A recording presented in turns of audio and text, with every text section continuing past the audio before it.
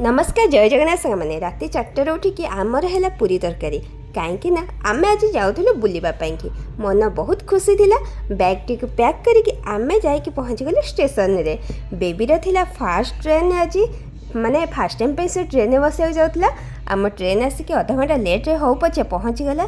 तापर आम ट्रेन बसिकी आम जगार जाकि पहुँचीगलु। सेठी आगुरी जो गाड़ी बुक होता से गाड़ी आसिक भी पहुँची जाइतिला। आम गाड़ी में बसिक जाकि पहुँचीगलु हरिशंकर रे। ओहो से जो पहाड़ आ वाटरफॉल जो दृश्य देखि सारा पर मनर जो खुशी की आम रोकी न पारिकी सीधा पशिगलु पानी भितर। पानी तो बहुत ठंडा थिला हेले आमे आगରୁ गाधेवाई कि पूरा प्लानिंग करके एक्स्ट्रा कपड़ा गोटे गोटे नहीं जाइलु। जिते ठंडा हो जा हो एमती जगह को सब मिलूँ कि आसी जिते मन भरिकी समस्ते गाधे पाधे फेरिलु ठाकुर दर्शन करने। हेले टिके भिड़ थिला से दिन जेहेतु छुट्टी दिन थिला तापर स्कूल पिला बहुत पिकनिक रे आसतिले टिके लाइन ठिया हवा को पड़ला। हेले कौन है ठाकुर दर्शन बहुत बढ़िया से हो गला। देखते केते सारे पिला आसुचंती स्कूल पिला कहीं पिकनिक टाइम तो समस्ते आसुचंती।